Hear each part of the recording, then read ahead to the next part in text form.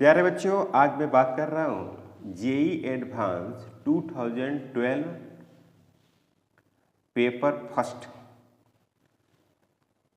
Chapter जो है वो मॉडर्न फिजिक्स का है और जो एटॉमिक स्ट्रक्चर में जो क्लोजेस्ट अप्रोच आप पढ़ते हैं उसी से ये क्वेश्चन है। क्लोजेस्ट अप्रोच आप मॉडर्न फिजिक्स के एटम चैप्टर में आप पढ़ते हैं, स्टार्टिंग में ही आपको पढ़ना रहता है। पहले क्वेश्चन को आप समझते हैं। A proton is fired from very far away towards the nucleus with charge q 120 e, where e is the electronic charge. It makes a closest approach of 10 Fermi to the nucleus. Full stop. The de Broglie wavelength in unit of Fermi of the protons at its start is take proton mass mp 5/3 into 10 to the power minus 27 kg, h/e 4.2 10 to the power minus 15 joule per coulomb, 1/4 pi epsilon 0 9 into 10 to the power 9 Fermi meter, 1 Fermi is equal to 10 to the power minus 15 metre. ये सभी values आपको question में दिया हुआ है बच्चों, और इसको हम लोग पुट करेंगे तो हमको क्या मिलेगा, आंसर मिलेगा। ओके, तो आप एटम के जब कंसेप्ट पढ़े होंगे तो इसमें इस तरह की बातें करते होंगे कि ये एक एटम है और इसकी एक न्यूक्लियस है, और इधर से क्या करता है प्रोटॉन, इधर से प्रोटॉन आ रहा है, बहुत दूर से आ रहा है, और प्रोटॉन के चार्ज पॉजिटिव है और न्यूक्लियस की चार्ज भी क्या बच्चों, पॉजिटिव है। तो न्यूक्लियस की चार्ज पॉजिटिव है, उसके वजह से क्या करेगा, वो रिपल्सिव फोर्स के माध्यम से क्या करेगा, धीरे धीरे धीरे धीरे रुक जाएगा और यहाँ पर आके प्रोटॉन रुक गया। ये प्रोटॉन का चार्ज है। तो ये वाला जो दूरी है उसका नाम है R0, इसी को बोलते हैं हम लोग क्लोजेस्ट अप्रोच। तो इस R0 को जो आप सोल्व करेंगे इसके हेल्प से, तो यहाँ पर लिखेंगे आप कि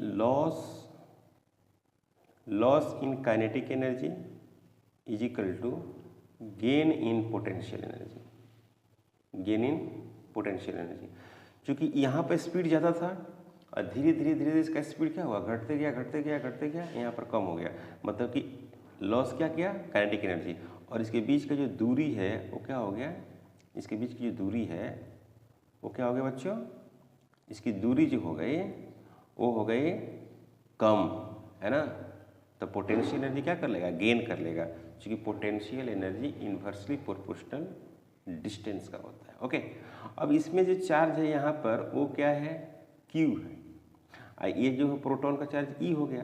तो अब यहाँ पर क्या करेंगे कि प्रोटॉन का जो चार्ज है, ये चार्ज हो गया प्रोटॉन का जो E है, और E हो गया न्यूक्लियस का चार्ज जो आपको दिया हुआ है 120 E दिया हुआ है। कोई प्रॉब्लम, R0 का वैल्यू जो दिया है बच्चों, R0 का वैल्यू वो दिया हुआ है आपको 10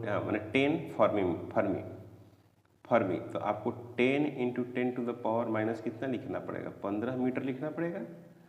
ओके, अब फार्मूला जो लगाएंगे यहाँ पर लॉस ऑफ काइनेटिक एनर्जी, तो लॉस ऑफ काइनेटिक एनर्जी लिखेंगे तो 1/2 mv का square, again in potential energy 1/4 pi epsilon 0, और यहाँ पर लिखेंगे Q1 Q2, मतलब कि चार्ज ऑफ प्रोटॉन, ठीक है, और चार्ज ऑफ न्यूक्लियस। तो 120 इंटू ई डिवाइडेड बटे क्या लिख देंगे बच्चों, हाँ इसमें डिवाइडेड बटे लिखेंगे R0, ये इतना लिखेंगे। समझ में आया, ये आपको समझ में आया होगा। ओके,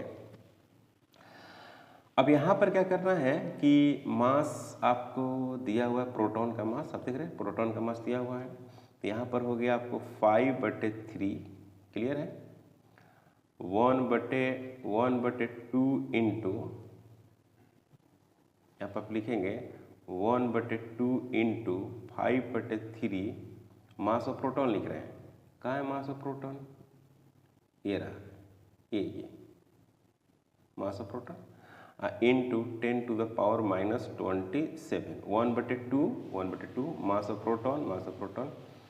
इसको देखिए डी ब्रोगली वेवलेंथ निकालना है, तो याद करिए कि आप डी ब्रोगली वेवलेंथ में ऐसे लिखते थे फार्मूला, ऐसे कि lambda is equal to H बटे पी, याद है ऐसे लिखते थे, है ना, लेमडा इज इक्वल टू क्या लिखते थे बच्चों, एच बटे पी। तो P बराबर क्या लिखेंगे, m into V is equal to H बटे लेमडा लिखेंगे, बिल्कुल। तो V इज इक्वल टू क्या लिखेंगे, H डिवाइडेड बटे लेमडा इंटू एम। तो यहाँ पर पुट करिए, यहाँ पर पुट करेंगे क्या, H का स्क्वायर डिवाइडेड बटे लेमडा का स्क्वायर इंटू एम का स्क्वायर इज इक्वल टू, इतना हो गया ये। अब यहाँ पर देखिए इसका वैल्यू लिखना है 9 इंटू 10 टू द पावर 9,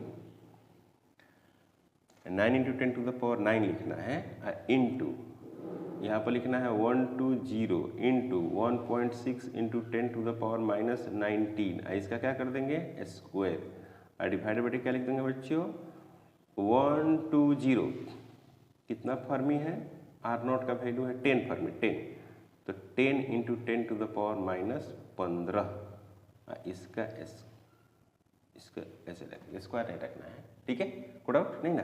अब देखिए ये तो पूरा मास है ना था, तो इसको कैंसिल कर दिए एक को, तो यहाँ पर लिखिए 1/2, ओके।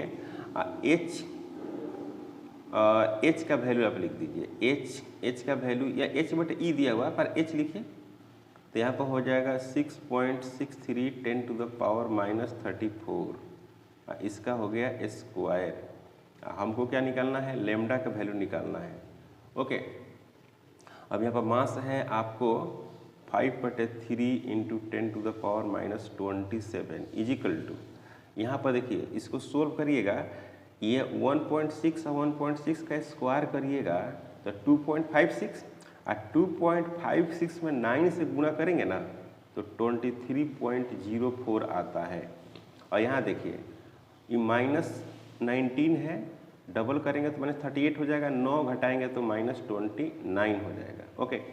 यहाँ पर बच जाएगा 120 और डिवाइडेड बटे बच जाएगा, इसमें देखिए ये 14 हो जाएगा 10 टू द पावर माइनस 14, सही है, इतना हो गया। अब यहाँ से हमको क्या करना है, लेमडा का वैल्यू कैलकुलेट करना है। क्या करना है बच्चों, लेमडा का वैल्यू कैलकुलेट करना है।